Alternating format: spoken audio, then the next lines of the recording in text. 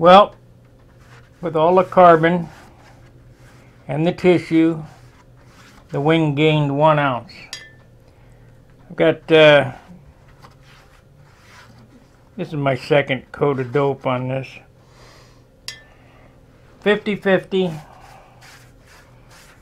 I'm probably going to go over on my dope allowance because it took a pint of clear to do all this layup, so I mixed up another pint of substrate clear. Now if I don't have to use it I won't, but I wanted to make sure to have enough.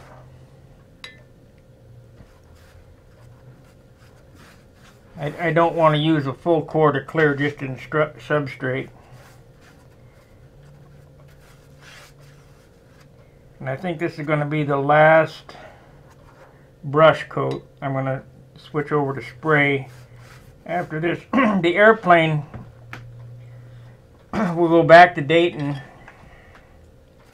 and we'll finish the fuse probably next week. I'll get the fuselage done,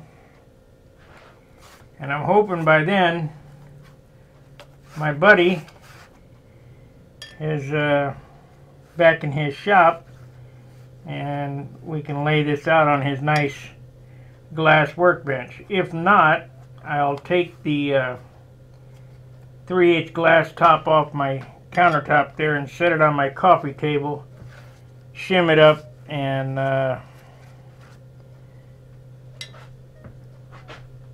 do the alignment there. I still can't dope in there, so I'll have to be waiting for some nice days that I could go outside or have my buddy be at home.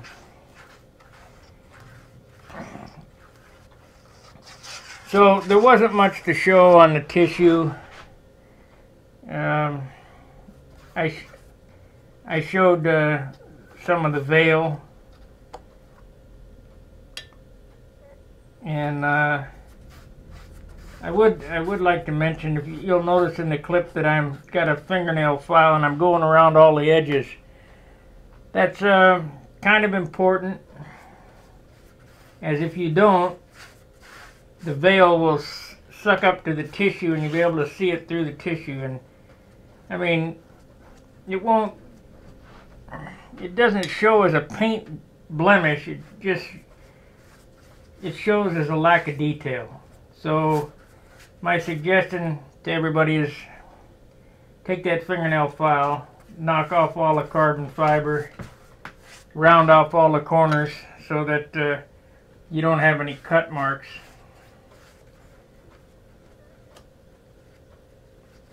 When you sand the tissue.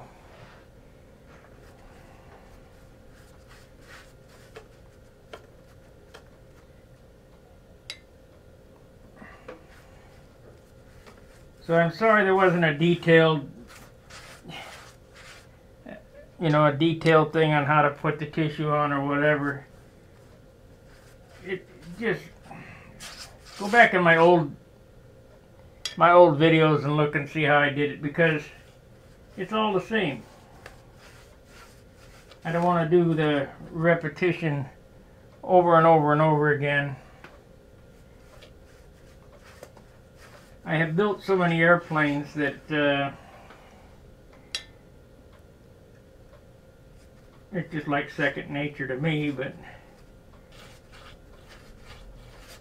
if YouTube wouldn't give me a strike for listening to other video, I might be able to do it so I can listen to the radio while I'm doing this stuff. But I can't hang with silence for hours on end while I make a video.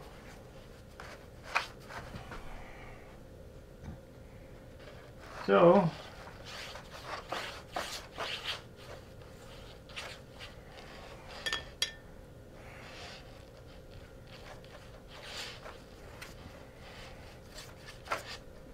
all right, my finishing method is pretty simple. I got 4 mason jars for the clear because I had to tote back the thinner. But get yourself 3 mason jars, And you fill it to the 400 milliliter, which is about halfway up, or I guess four and a quarter would be halfway up. And then with fill that with clear dope up to there, and then come up to the 800 mark with thinner, and then shake it up real good, and do that 2 times. So you got 1 quart of thinner total, but 2 quarts in hand. Now I have a thing of brush cleaner here. So 1 quart, or 1 quart of thinner makes 2 quarts. You're using the first quart for your 3 coats of dope on the wood, laying all the tissue down, laying all the carbon down, and then you're using no more than a half pint of color. So a half pint thins out to be a quart. Or is that right? No, half pint. No, you're using a pint of color. No more than a pint of color. And that's a lot. Try not to use it all, because that's where the weight is. It's in the paint. And that, try to keep your trim to a minimum, airbrushed on. And it doesn't look, really covered. But you don't care, because you're using your other quart that you have, that you've set aside, which is really a pint, as the top coat. And you're going to spray that on and sand between coats, and depending on how much you just have to have in a shine, you add that on there. You can use all the thinner you want, you just don't want to use all the paint. Once you fly a light airplane, you'll go, wow, why was I building heavy ones? So that's basically all I got. I hope that you got something out of this. I really didn't gear up to do a video blog or whatever for this model.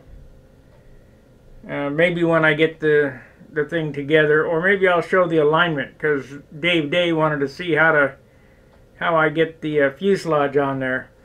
It just comes apart in 2 halves and then slides back on, glue it together, and super fill inside, as most of you know that I do, and then top and bottom, and put it together. And I mean, it's all wood. It's no big deal.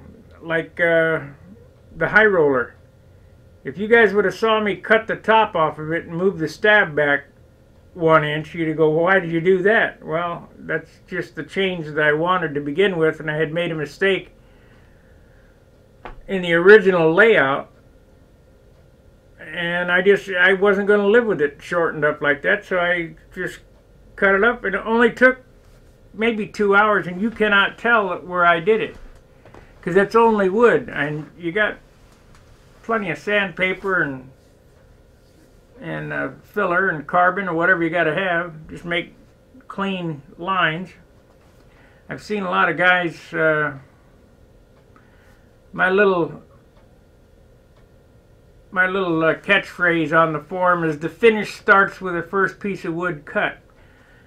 Not only will good joints be stronger, they're also lighter and easier to finish, because you don't have to add any filler or gap filling CA or Bondo or whatever you guys happen to be using at the time. So nice tight joints. Tools are important, keep them sharp. I just fixed my table saw.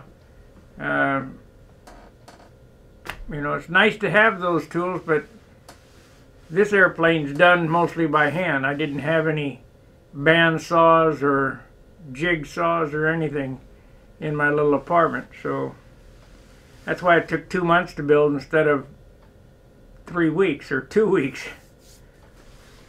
So that's all I got. This is the 3rd update, I think, of the Junar, and when I get back to Dayton and start putting it together, I'll make another video on alignment or whatever I'm doing at the time. So I want to thank you for watching. Make sure you like, subscribe, and share. Check out our t-shirts at Teespring. They're up on the right. I think I still got the cards. You can click on that and go and grab yourself a t-shirt for 2019 and show your support. So, till I see you again, fair winds, tight lines. See ya.